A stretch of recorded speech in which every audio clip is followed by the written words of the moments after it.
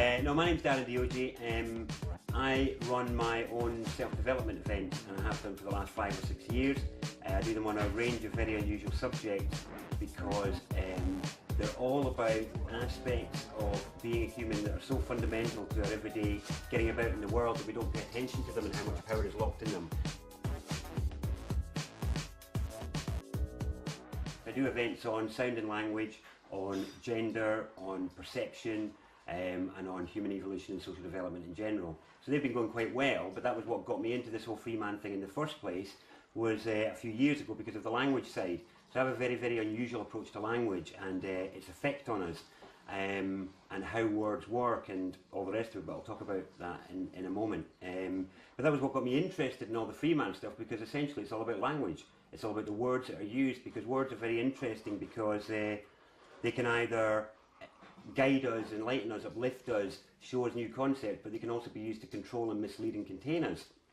And obviously the law is one of the areas where that's most powerfully realised. So that tickled my interest, so it became a bit of a sideline thing for me, but then I got involved in my own breakthroughs in the area, and so I ended up starting to add that to my repertoire of talks that I did. So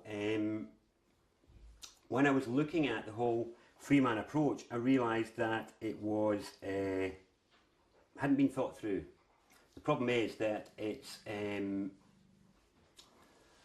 it's all about spouting a position. People are saying, you know, they've had this realisation of empowerment, they've realised they've been a bit oppressed or misled, and all of a sudden they're a bit upset about it, you know, and they want to spout their position. Wait a minute, I'm a free sovereign being, you know, you can't tell me what to do, which is absolutely true, but all that is spouting a position. What I've seen happen in too many court cases in the past is that they're not listening. You know, they're not paying attention to what people are saying.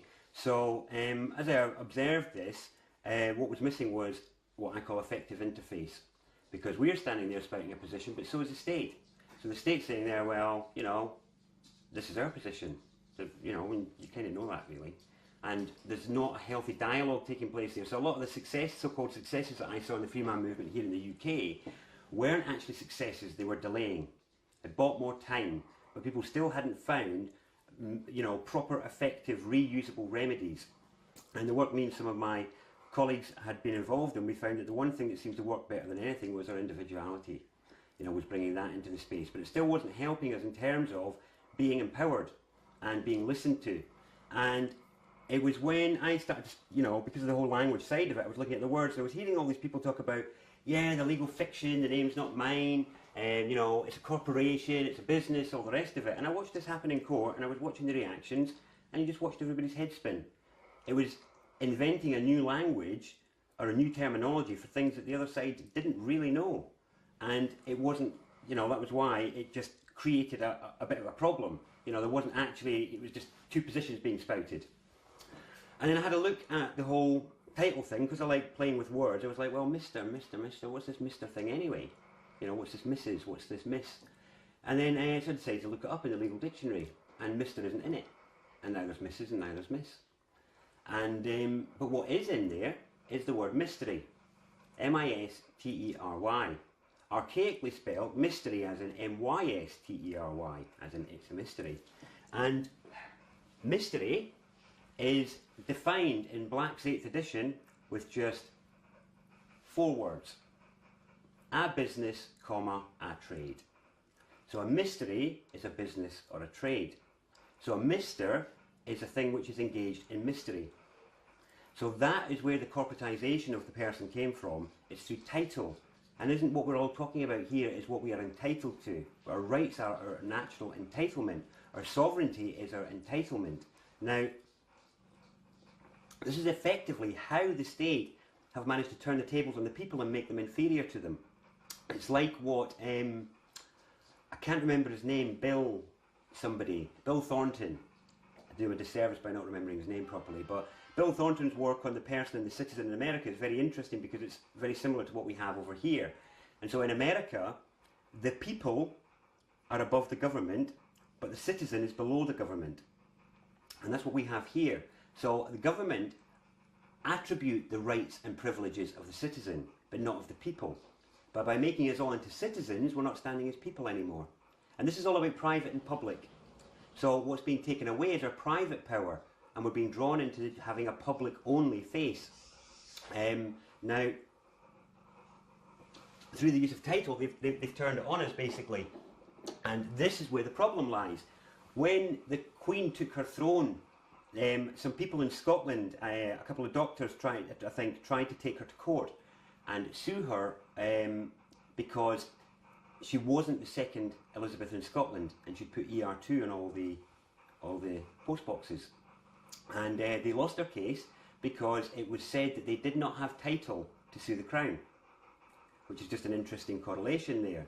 Now, when I continued to look at the words, because that's what I like to do, I was like, okay, Mr. So what's Mrs.? What's this Mrs. thing? Wait a minute, that's not even a word. Moors. You know, I remember Moors, the distribution company, as a kid, but I was like, Moors isn't really a word, and then I realised it's missing an apostrophe. It's actually Misters, or belonging to the business. So then, what's Miss? So this is so really, if you think about it from that point of view, when women were fighting for equal rights, they may have won certain rights like the right to vote, but title never caught up. They were still the property of the business. Now, this left us with this Miss thing. I was like, Miss, what's Miss? And it was obvious. Picture a form, one of these, any form, where you have title, forename, surname, and you've got the little boxes. When you put Miss in there, it means miss this, Miss, no title. Do you see? So, Miss in that field is an untitled entity or body. So the woman doesn't have title until she's married, when she becomes the property of the business, or the Mr., the mystery. So the interesting thing is that Mr. isn't the only title all the men had. You had another title once, long time ago, and when you had it, you couldn't be done for statutory offence, only for common law offence. And you were told it was because you were a minor. You weren't liable for taxes, you didn't have to work, things like that, and you were able to take off the benefits of the state, because the state's only function is one thing. The state's function is providence. All it's there for is to provide service. That's the point of deferral of responsibility, is so they take on a service provision for you so you can get on with your life. That's why it was, that's the whole point of it. But anyway, where was I there? Okay, yeah, so that title obviously is the title master. Now you look up master in any legal dictionary and I guarantee you minor is not in it. So basically it's all about, for first of all, those of you who are into your admiralty law, master is captain of his vessel. Master is always the principal. Master is one who has control over the conduct of another's services. The list goes on. Think about all the connotations of the word master that you know of, and none of them are to do with being a little boy, are they? None of them. So when we had that title, that was before we were corporatised, before we were turned into the Mister. So what's interesting is, the state did not give us the title master. It's in our culture. It's something we all know. Whereas they give us the title Mr., Mrs., and all the rest of it.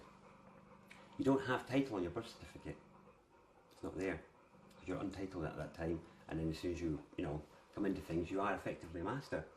Now, for those of you who are interested in the whole Sesquite V Act thing and all the rest of it, if you've looked at that, and that whole theory, I'm not sure how I feel about that, but essentially on the grounds of that, any child who can go under the title master before they're at age 7 can reclaim all the private benefits of the title, of their share of the business, the busyness that is our sort of state, because we are shareholders. Of course we are.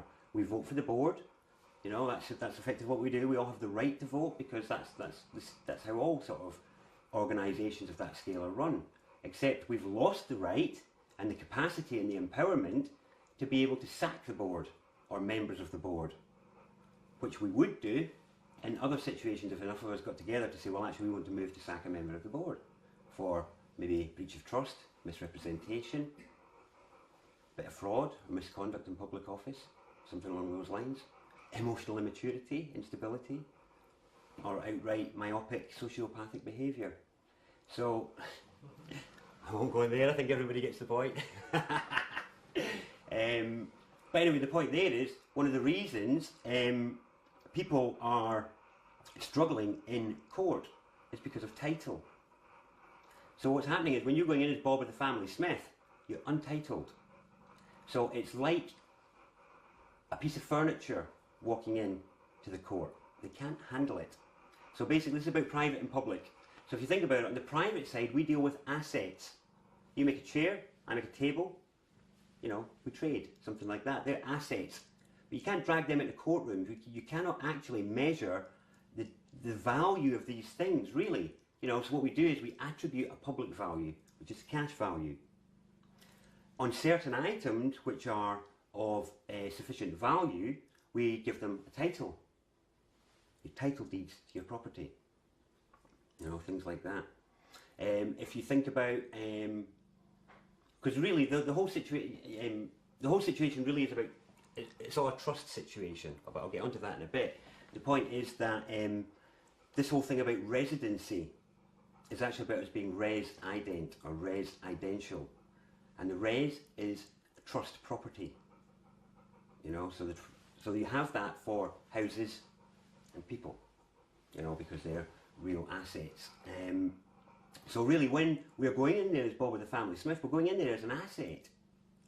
And that, the court can't work with that because it's all public. So this is where it's all about the financial value and all this sort of thing.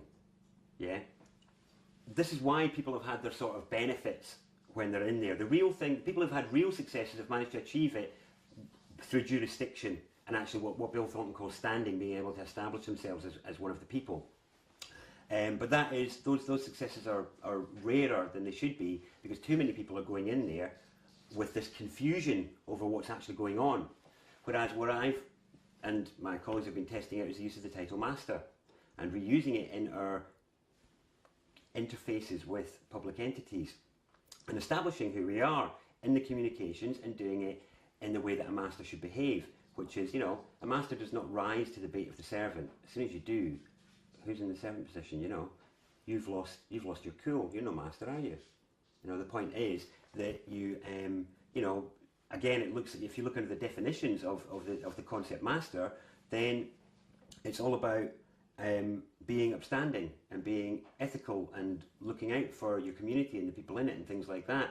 So as long as we use that approach in our communication with public entities and whatnot. So in court, for example, we did an experiment, this was quite a while ago now, where somebody who I was with tried the whole Bob of the family Smith thing, and it's a corporation, it's a legal fiction, and yet all the heads spun. When I stood up as Master Deogee, they simply went, you know, is that your real name? Well, yes, it is.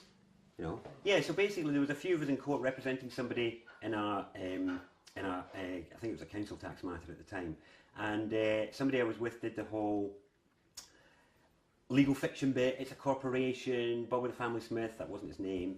And you know, as normal, we saw the head spin and people scratching their head. Well, what does that mean? You know, somebody else was trying to be amicus curiae or a friend of the court. And a similar reaction, a bit like, well, what's that sort of thing? Because obviously in magistrates nobody's legally trained, they're just trained in process and procedure, and you're very unlikely to have true justice there. It tends to be just cash confiscation, but that's a different matter. And so then I stood up as Master Deogee, and the reaction was a bit like, you know, a bit of shock really. They looked at each other and it was like, well, is that your real name? And yes. Were you christened that name? Yes, you know, it's my family name. And they just duly wrote it down. So I had established my title. It was then up to me to exercise the power of the title in the proper way. That was my first time, and I was just buzzing at getting the title on there. And really, we were off to a bad start there because it was interesting to watch what happened, because in magistrates they're not really going to hear you anyway. So you know, it was virtually a lost cause from the beginning. But it was interesting to see what happened, because the council kept going on about the public notice they published in the paper at the beginning of the year, and that was why the individual was liable for council tax. And I scratched my head as we walked away from that, and it was like, how is it that all these people going on about council tax challenging haven't mentioned this before? That's the entrapment on council tax, is that there's a self-triggering notice at the beginning of the year. That's what you need to respond to if you're going to challenge it. If you haven't responded, then you're in dishonour, aren't you? You know, you should have responded in that time. So you need to look in your local rag and respond to that. Or contact your council in advance and let them know that you won't be held any liable for any what do they call it again? Council tax. No, the Commercial. Acquiescence contracts. You know, contracts by acquiescence. Deemed contracts. Deemed contracts or contracts by acquiescence and whatnot. So what? Sorry, you should write to the. Yeah, either contact your council either before the publishing of the notice or after the publishing of the notice in whatever fashion you choose. I think it's very important not to use templates in any of this stuff. It's about you and how you feel about your position in the community, how you feel about how things are being run, how you feel about how you're being treated, because that's your humanity, and that is the thing that no system can handle. You cannot manage true individuality with a system, and you can't break a system with a system either. You know. So the interesting thing is that really, what's already started to happen is people have managed to get responses from police and courts saying, yeah, you know, your claim is vexatious because this looks like something you appear to have downloaded from the internet. So people really need to start bringing their individual knowledge to play in what they're doing. Because what ends up happening is they just get themselves into trouble. They send off a standard notice they found online, and then they don't know how to deal with the response. And then they flap and they've dug themselves a hole and they haven't armed themselves on how to get out of it. So I would invite caution and free and creative thought in all of this. You know, that's really the way to do it. But anyway, that was the beginning of the use of the master title, and now we've started to use it in a number of different areas, because really it is about us asserting the fact that we are the principal. We are the one who pay the wages. That is the employer. Who, you know, public servant. Well, if they're the servant, well, who's the master then? You know, who's the employer? We're the employer. What baffles me is that in a more sort of, you know, people are leaving their integrity and humanity at home when they're going to work in the morning, and it's like, well, if you're going to a public service role, you're there to serve the community. What benefit is there to anybody by you being obnoxious and unhelpful or not looking after the needs of the community? There's no gain there. For the rest of my cases, I tie it in with other things to do with the connotations of master and how I wield my cases, each of them individually. They're all handled uniquely. You have to be unique. You know, you can't use the same thing for different companies. It's all, you know, you know, one thing for dealing with a council, another thing for dealing with a power company, another thing for dealing with a water company, because they're all different. What about some examples of some of the things that you have? Okay. One example is, so say for the water company, you move into a property and a bill drops through the door. So I dropped a bill through their door because I was practicing with the counterclaim thing. So the thing was, they were charging me for water that ran off the roof and went into the drain. They were charging me with taking away sewage. They were charging me with providing water. I couldn't dispute that those things happened in this house. You know, in the house that we were in. Water did run off the roof and go into the drains. Water came out the taps. Poo went away, you know. So what I did was I charged them for providing them with source material that they resell for the surface water. I charged them for providing them with valuable biofuels and fertilisers for the sewage, and I charged them for adding cost-controlled chemical substances to my drinking water without a mutually considered contract. So I assembled that in a bill that looked very like theirs and dropped that through their door, because I was hoping to set the precedent there of, well, I can't dispute the fact that those services come to the house. I can't dispute the fact that I provide you with those services. Where do we go from here? My claim is valid from you as yours.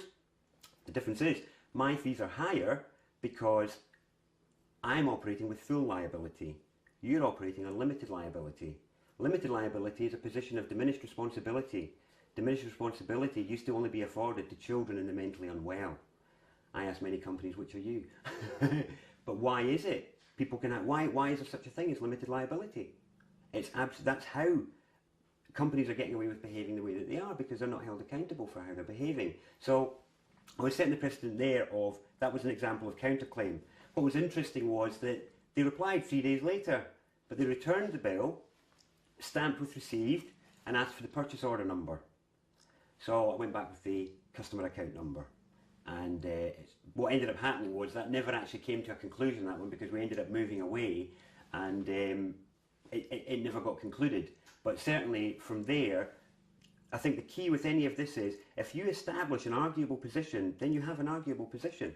That's the point. And I felt there was a strongly established arguable position. It's like, well, come on, you know. if I'm providing you with biofuels and fertilisers, if you're not using them, then that's up to you. You can't deny that I'm providing you surface water that you then resell. You know, so these things are points that they then have to defend. So it was a valid sort of position there. With the power company, that one's ongoing at the minute, but it's to do with proof of supply. So I went with a company that purported to provide me with 100% green energy, because that was what I wanted to do. I think it makes sense. But then when I understood how distribution works, I realised that with all their implications of providing me with energy, they actually don't supply me with it. They don't supply me with anything. Now let me explain that to you. You have to think about how it works. Basically, you switch on and power comes out, yeah, electric or whatever. It all travels along the pylons and whatnot and then goes to the transmitters and is distributed. You use from the grid, which if you read the Electricity Act, it's really interesting because it's still all referred to as a UK electricity stock managed by the Treasury. So really it's ours anyway, and what happens is generators put into the grid. What you're effectively doing is you are paying a company to replace what you've used. You are their investor, not their customer. You use from the grid and they top it back up again and they take a share of its profit and a share of any wholesale price of something they've not generated and things like that. But really they don't supply you with anything. Because, so at the moment I got a reply from the MD of Over, this is the stage I'm at now. I've just done a notice of dishonour for him. I'm now about to send a notice of intention to find remedy and an opportunity to cure, because my point is I want the relationship established for what it should be, which is I am your investor and you're a generator. And until we establish that, you know, I'm not some inferior customer that, or whatever, you know. So I'm implying that there's fraud there and breach of trust and misrepresentation, because they said they would provide me with green energy and they haven't. Now he's trying to say that they do, but that would require there to be an individualised distribution network in place, which does not exist. Because how can they say that their little bit of green energy is kept separate on the pylon, coming all the way down to my house and supplying me with green energy? It's absolute nonsense. That doesn't happen. So the point there is proof of actual supply. So I want it asserted and changed around. So I'm suggesting in my notice. So this is active now. So it's ready to send. It was ready to send last weekend, but because it's a bank holiday, I couldn't post it. So it's getting posted basically tomorrow. Whenever I was busy today coming to this. But in there, I'm suggesting that customers are referred to as investors. They are referred to as a generator. And the contract and advertising and marketing has to be updated to reflect that, because otherwise it's fraud and it's misrepresentation. You know, what they're agreeing to do is to make us feel better, not by using green energy, but by replacing what we use with green energy. It's a small detail, but it's an extremely important detail. And so that's my position there. So it's unique to the situation, same as the water being unique to the situation. With my council and council tax, what happened with them was, I said to them, tell me what it's for, and I'll pay you. So they told me, because they sent me this thing about how it's divided up, and it had, like, you know, police, ambulance, local services. I was like, I'll pay them. I don't really like to use them, but I want people in the community to have access to those things. Swimming pools, libraries, you know, if they need an ambulance, I'd like it to be there. So I paid for those things. It came to about 200 odd quid for all the normal services. And this big massive chunk went to the county. So I said, tell me what it's for, and I'll pay you. And they wouldn't tell me. They said, oh, and I said, well, if you won't tell me what it's for, all I can do is assume the worst, and that you're using it for, you know, for perhaps perpetrating war or paying pensions, which I'm not really liable for, or, you know, whatever. I don't know what you're using it for. If you don't tell me, then what is it? I thought this was, you know, for services. So I said, you know, tell me what it's for and I'll pay you. And they didn't. So basically, their reply can be summarised as, pay us or we're sending the boys round. You know, we're going to send the boys round and take your stuff. Now, I told them that was extortion. So basically it's like, well, you're extorting from me. You know, unless it's a mutually considered contract, I have a right to say, what is this for? You know, we don't have a mutually considered contract, so we're in this position. So I hammered at them full force, and it's basically gone very quiet because I threatened to take all the legal people that were involved, because they got a liability order, but I said that it was unlawfully gained because I'd submitted what's called an N9 acknowledgement service, stating that there hadn't been proper process, and that actually there was discussion still going on in dispute and there wasn't a need for adjudication. But because it turns out that the documentation didn't make it to the court on the day. So I'm saying, well, they withheld evidence in a case, they've misrepresented me, and to get around the limited liability, I've said, no, it's not the council I'm going to expose in court, it's you, because you're the one who didn't do it. You're the one who failed in that duty, and you can't hide behind your job role because I trusted you. You had me send the documents not to the court but to the council, so I trusted you with this documentation to make it available in court, and you didn't. So you've breached trust, you've misrepresented yourself as a public servant as far as I'm concerned, and you're involved in extortion because you're threatening to come and take my stuff if I don't pay you. And so, again, individual and unique to the case. Yeah. And because I paid the portion for local services, I paid their wages, you know, and that was my point. It's like, well, no, I've paid for you. I'm the employer here, and I'm telling you, tell me what it's for and I'll pay you. Otherwise, I'm not going to be party to your fraud. No, forms have value because it creates interface. It's a language that they understand. If you go to a foreign country, then you need to speak a language they understand. Compared to the jurisdiction that we walk about in our daily life, the court is a foreign jurisdiction. It's a place to manage people. You know, absolutely bonkers what goes on in there. And no offence intended. And the point is, though, is if you want to be understood, you've got to use an effective language. So I'm all about effective interface. So I mean, I'm not a free man. I think the free man movement is a dead end. People haven't thought it through. If you know, okay, let's say, for example, right here, right now, everybody's a free man. Brilliant, sorted, job done. Everybody, everywhere. Who's going to manage the roads? Who's going to operate the schools? Who's going to run the ambulances? Blah blah blah. If we waited through the small period of lazy mayhem that took place at first, what you would have is individuals taking responsibility for different bits and charging for it. That's Tory perfection, isn't it? That's Tory heaven. That's not actually something I'm up for. I don't think there's anything... The point is, our infrastructure that we have is excellent. It's one of the best in the world. What's wrong is the people who are operating it and the people who are now adding to it. They are the ones that are the problem. And so, I'm not up for this. You know, the free man movement can be very us and them. It's separatist, and I'm not up for separatist stuff. I'm up for being inclusive. So my point is all about, well, it's all about, you know, having a healthy community, isn't it? Taking responsibility, isn't it? You know, having a safe place for children, nice education, they'd all be good. Doesn't everybody want that? And public servants, you know, when you go home, don't you want that as well? Isn't that part? Isn't that your thing? So, sorry, I won't point at you anymore. No, it might have been because I was doing that.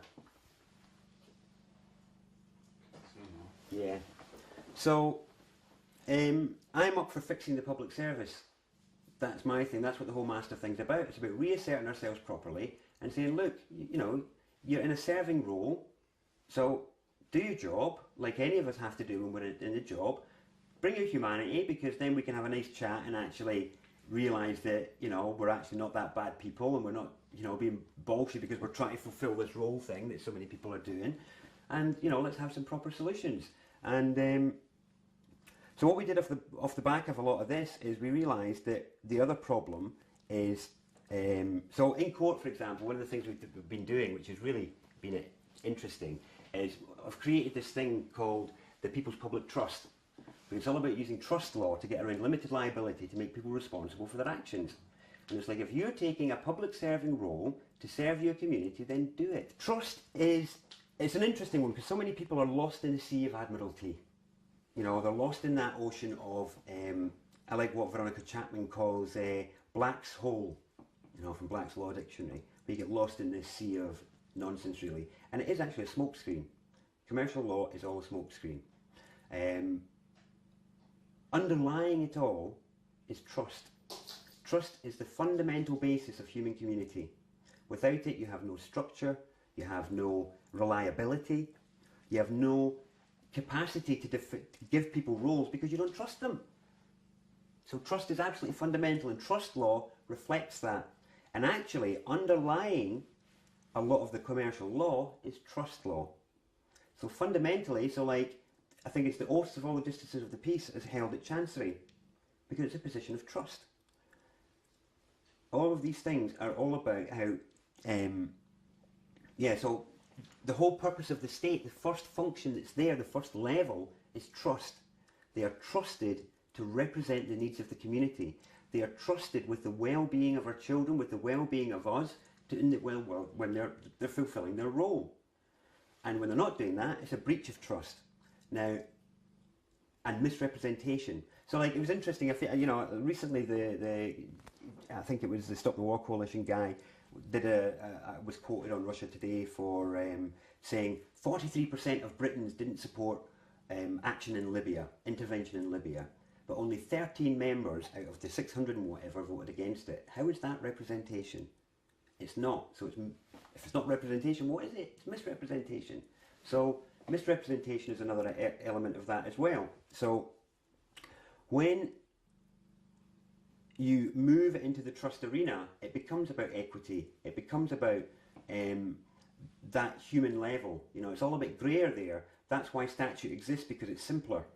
It's all about, then you can just put price tags on things, and you're not dealing with the reality of human damage, because you're only dealing with businesses. You're only dealing with corporations. It's capitalist, it's all capitals. They're not actually real. And that's why it can all just be the game, and the fact that we get injured in the process isn't actually accounted for. So pulling it into trust is to try and account for that. So the other thing that we realised on the trust thing is that when you go in as an individual, you're likely to get steamrollered, because you're up against, no matter how much you know you're right, or how much you think you have a valid position, you are up against the mental conviction of all the people that you're in that room with that they're right and that they know what's going on. And you've got to break through that somehow with your position. And you can't do that by stamping your feet. So what we realised is that organisations get paid attention to. So I made up the People's Public Trust. So the People's Public Trust is an organisation. Well, it's not an organisation. It's not organised. It's not incorporated in any way. It's an association of private trusts, public servants and concerned members of the community. And its function is to fix the public service by tackling those who abuse authority and, misconduct themselves and don't give good service. If you don't get good service from your power company or your phone company or whatever, you do something about it, you change. We don't have that luxury, so we have to deal with fixing it one step at a time. So what we did was, been in court with my People's Public Trust Master Observer badge, which I sadly don't have with me, and my clipboard with the People's Public Trust organisation being observed stuff, blah blah blah, and watched people behave themselves, which was really nice. Now, it's amazing, it's pure psychology, but it's all about, it was just incredible to watch the effect each time. Each time we were in there, I had my Master Observer badge on, every one of them clocked it, and every one of them was nice as pie. And they did their job, Fair enough, it didn't all work in all the cases, but gradually we've been building on the idea to make an effective tool for people to use as an interface. And it's to create an interface that folk can use. And it's all about the people, us, the human beings, our public side, the trust that's in there. So on the People's Public Trust is the public side of our private powers. And it's our trust because it is private, but also because it's all about the trust we have in our public servants to look after our well-being and all the rest of it. So the idea is to actually win public servants on side, to say, rather than being us and them, it's about saying, we all see abuses going on. I've worked in public service a lot, by the way. I was the allowances manager at the Scottish Parliament for a few years and whistleblew on expenses back in 2001, long before it was ever an issue in England. And in fact, I think it came out in England really as a result of the work done in the Scottish and Welsh assemblies, where we discovered fraud going right the way up the chain. The interesting thing was at the time that I discovered fraud at party level, not scapegoat member level, and not a single broadsheet or TV station would touch it. Nobody would have it. Only the blooming News of the World. But the point there was that it showed that the party was corrupt. But I won't go into that just now. That was just one example, and I then went on to work for the company that we used, who provided the software that we used to get accountability from the use of public funds. and I worked with them for 5 years, consulting with councils all over the country. So when I'm approaching, when I'm coming at the public trust idea, I'm not coming at it without an idea of what public service should be like and not having done my fair share of it. It's all about, I left the Parliament in disgust because of the fact that the matters that I'd raised didn't get handled properly and people weren't appropriately dealt with, and I was just like, well, I'm not going to give you my time and service then. But that's where I feel quite passionate about this side of it, because I know on the inside of the public service there are many thousands of good people, good members of the community who give friendly, helpful service, and they see what's going on and they're scared to speak out because of being ostracised or being disciplined or losing their job or whatever. So the People's Public Trust is there as an agent for them to come to and to say, well, if you've got evidence or something that's going on, you come to us. And, let's deal with this together as a community, because don't we all want those things I mentioned earlier? Safe community, happy service, quality service, value for money on our taxes. Don't we all want that? So it's that's the strategy on it, basically. So, we're sort of trying to get moving with that, but it's one of these things that needs to be escalated. It needs to have enough support behind it where people can see that it's been thought through. So I offer mediation services in conflicts between people in their councils. We can do recommendations for perhaps retraining or reposting if somebody's not proving to be a good server. And it's like, well, let's be adults about this and say, okay, if somebody's got a bit of an attitude problem, what do we do? Do we give them a bit of training? Do they maybe need to do a job where they're not facing the public? Let's just deal with it. It's not a problem. It's not a blame game. It's about making sure we get quality services. And I think if we do that, we don't need to do the whole free man thing, because then we could have a working community service system, which is what we all want, really, isn't it? That's the point. Like I said, I do a lot on language. So I use language to try and achieve my goals. So one of the most powerful language tools I've used in recent years to help get people's attention is I do a lot of stuff about how words actually work. And I'm not going to go into that just now, but I do this thing about the secrets to our empowerment and our awakening lie in the words and phrases we use every day. We don't need to look far afield. We don't need to all study big complex books or anything like that, like the master thing. You didn't have to read a single book and you would have known that, And it's because it's things that are staring us in the face all the time. So we have this idea of the corporate enslavement of humanity and various things like that are portrayed in different ways. And you get many intelligent people who will say, well, really, there's no real evidence for that. It's all supposition and all the rest of it. But I say that it's staring us in the face.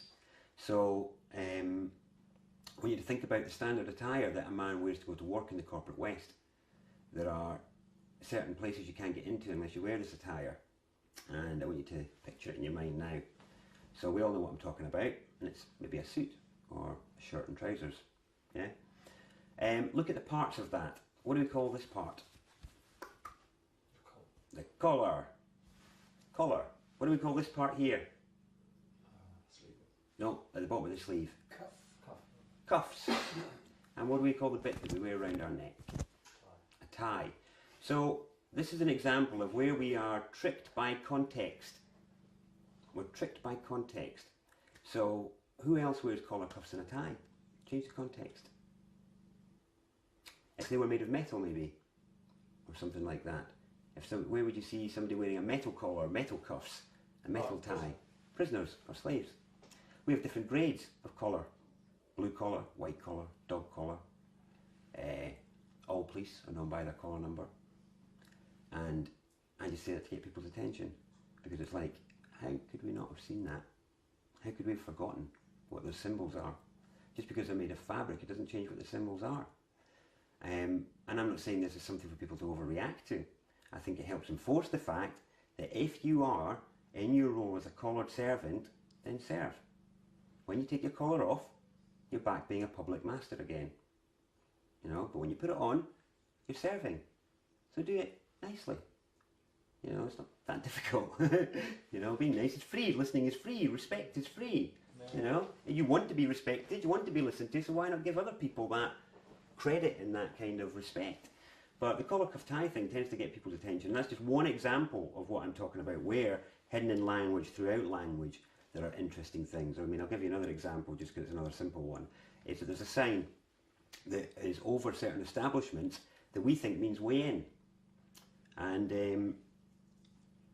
you know what that word is? It's above doorways. Oh, right. Yeah, what is the word? Way in. Instead of way in, it means way in. Entrance. Entrance. Okay, entrance. Now the interesting thing, that's where we're fooled by emphasis. Phonetics of that mean that we would spell it Entrince, because that's how you say it phonetically. But that's not what the word is. What does it say? Entrance. Entrance. So what happens when we go through the entrance sign, we've got all these lovely lights, and we've got all this music, and we've got these promises of sexual satisfaction or being sexually attractive or being full in our bellies, and we are entranced. We go around there, the music's on, la la la la la, round the aisles, off we go. And it's a really interesting thing to observe people in these emporiums of desire and attraction, you know. But it's another example of something that's staring us in the face. And there's thousands of examples like it. So like I say, we don't have to look far afield to actually find the keys to our real mental freedom.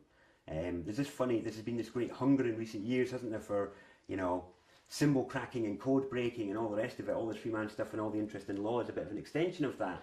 But the other place it manifests is now all these ancient tablets, you know, decoding scrolls and blah blah blah, looking for this enlightenment, this purpose or whatever. But our enlightenment doesn't lie on triangles and squiggles on 4,000-year-old tablets, because they have no effect on us. The things that have an effect on us are these words and phrases we use every day. They are the symbols and codes we need to be cracking in this sort of way that I talk about. So that's the science of language. That's what my other events are on. So when I said about the language arm of what I do, that's the sort of area that goes into. So, you know, and it's through that doorway that lies our real mental emancipation, because all of a sudden it's like things slot into place. You know, and it's suddenly like, oh, it's so obvious, and it just immediately gives us another perspective, because you'll never look at a collar, cuffs and tie again in the same way again once you hear that. You know, in trance as well. And all of a sudden you can start to look at other words in a similar way. So my whole point of mentioning that, because obviously that's related to my other work, my whole point of that is that when we're talking about these people at the top who are controlling and all the rest of it, it kind of indicates how long it's been going on, because of these symbols and because of the items of attire. You know, I invite you to consider that even Bush and Blair and Sarkozy and people like that wear their collar and cuffs. That's an interesting piece of symbology. So, you know, it's so funny that we've got a topsy-turvy. The nicer your collar and cuffs are, the higher up you are. You know, it's a funny thing. But anyway, the point there is that whoever it is, and however old it is, they know what they're doing. It's a strategic operation. It's been very well thought out. We've all been caught out by it, and we need to be honest about that and tip our hats to our worthy opponent and give respect to what we're up against, and to not overreact, and to be strategic, and to be considered, and to be grown up about it, and, you know, to give respect to the reality of what we're up against, because it is full on. It's absolutely full on.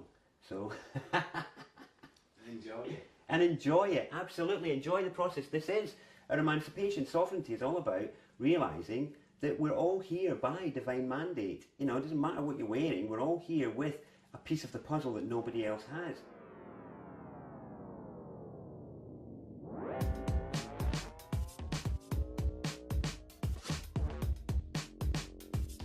Yeah, so I think based on all these things that I've just, and let's remember the things I've highlighted are just some of the little details. There's a lot more to it, and I think that deserves respect, and it deserves us to realise that,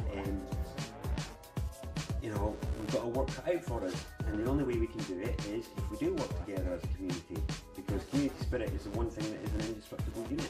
You know, it really is, but it's only by respect and recognition and this awakening that we're all going through, and us feeling good about it and feeling a sense of empowerment, because really it doesn't matter whether you're coming up against any oppressive forces. It's about how you feel. We're here to enjoy life, and for it to be enjoyed and to be celebrated and to, you know, to be explored. So as long as you're doing that, then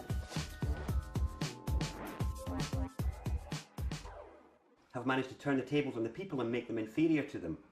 It's like what I can't remember his name, Bill Thornton. I do him a disservice by not remembering his name properly, but Bill Thornton's work on the person and the citizen in America is very interesting, because it's very similar to what we have over here. And so in America, the people are above the government, but the citizen is below the government. And that's what we have here. So the government attribute the rights and privileges of the citizen, but not of the people. But by making us all into citizens, we're not standing as people anymore. And this is all about private and public. So what's being taken away is our private power, and we're being drawn into having a public-only face. Now, through the use of title, they've turned it on us basically, and this is where the problem lies. When the Queen took her throne, some people in Scotland, a couple of doctors tried to take her to court and sue her because she wasn't the second Elizabeth in Scotland, and she'd put ER2 on all the post boxes, and they lost their case because it was said that they did not have title to sue the Crown, which is just an interesting correlation there.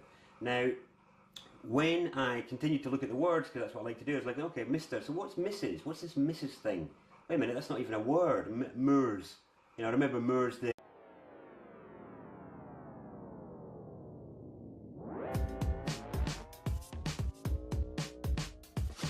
No, my name's Darren Deogee. I run my own self-development events, and I have done for the last 5 or 6 years. I do them on a range of very unusual subjects because they're all about aspects of being a human that are so fundamental to our everyday getting about in the world that we don't pay attention to them and how much power is locked in them.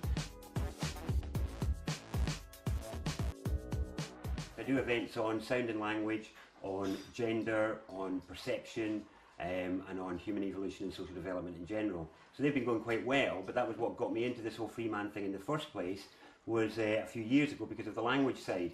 So I have a very, very unusual approach to language and its effect on us, and how words work and all the rest of it, but I'll talk about that in a moment. But that was what got me interested in all the Freeman stuff, because essentially it's all about language. It's all about the words that are used, because words are very interesting because they can either guide us, enlighten us, uplift us, show us new concepts, but they can also be used to control and mislead and contain us. And obviously the law is one of the areas where that's most powerfully realised. So that tickled my interest, so it became a bit of a sideline thing for me, but then I got involved in my own breakthroughs in the area, and so I ended up starting to add that to my repertoire of talks that I did, looking at the words. And I was hearing all these people talk about, yeah, the legal fiction, the name's not mine, you know, it's a corporation, it's a business, all the rest of it. And I watched this happen in court, and I was watching the reactions, and you just watched everybody's head spin. It was inventing a new language or a new terminology for things that the other side didn't really know. And it wasn't, you know, that was why it just created a bit of a problem. You know, there wasn't actually, it was just two positions being spouted. And then I had a look at the whole title thing, because I like playing with words. I was like, well, Mr., what's this Mr. thing anyway? You know, what's this Mrs., what's this Miss? And then I decided to look it up in the legal dictionary, and Mr. isn't in it. And now there's Mrs. and now there's Miss. And, but what is in there is the word mystery. M-I-S-T-E-R-Y. Archaically spelled mystery as in M-Y-S-T-E-R-Y, as in it's a mystery. And mystery is defined in Black's 8th edition with just 4 words. A business, comma, a trade. So a mystery is a business or a trade. So a mister is a thing which is engaged in mystery. So that is where the corporatization of the person came from. It's through title. And isn't what we're all talking about here is what we are entitled to. Our rights are our natural entitlement. Our sovereignty is our entitlement. Now, this is effectively how the state, the distribution company as a kid, but I was like, Moors isn't really a word, and then I realised it's missing an apostrophe. It's actually misters, or belonging to the business. So then, what's Miss? So this is so really, if you think about it from that point of view, when women were fighting for equal rights, they may have won certain rights like the right to vote, but title never caught up. They were still the property of the business. Now, this left us with this Miss thing. I was like, Miss, what's Miss? And it was obvious. Picture a form, one of these, any form, where you have title, forename, surname, and you've got the little boxes. When you put Miss in there, it means miss this, Miss, no title. Do you see? So, Miss in that field is an untitled entity or body. So the woman doesn't have title until she's married, when she becomes the property of the business, or the Mr., the mystery. So the interesting thing is that Mr. isn't the only title all the men had. You had another title once, long time ago, and when you had it, you couldn't be done for statutory offence, only for common law offence. And you were told it was because you were a minor. You weren't liable for taxes, you didn't have to work, things like that, and you were able to take of the benefits of the state, because the state's only function is one thing. The state's function is providence. All it's there for is to provide service. So when I was looking at the whole freeman approach, I realised that it was hadn't been thought through. The problem is that it's been it's all about spouting a position. People are saying that, they've had this realisation of empowerment, they've realised they've been a bit oppressed or misled, and all of a sudden they're a bit upset about it, and they want to spout their position. Wait a minute, I'm a free sovereign being, you can't tell me what to do, which is absolutely true, but all that is spouting a position. What I've seen happen in too many court cases in the past is that they're not listening. They're not paying attention to what people are saying. So as I observed this, what was missing was what I call effective interface, because we're standing there spouting a position, but so is the state. So the state's saying there, well, this is our position. So, and you kind of know that really. And there's not a healthy dialogue taking place there. So a lot of the so-called successes that I saw in the Freeman movement here in the UK weren't actually successes, they were delaying. It bought more time, but people still hadn't found, proper, effective, reusable remedies. And the work me and some of my colleagues had been involved in, we found that the one thing that seemed to work better than anything was our individuality. Was bringing that into the space, but it still wasn't helping us in terms of being empowered and being listened to. And it was when I started, because of the whole language side of it, I was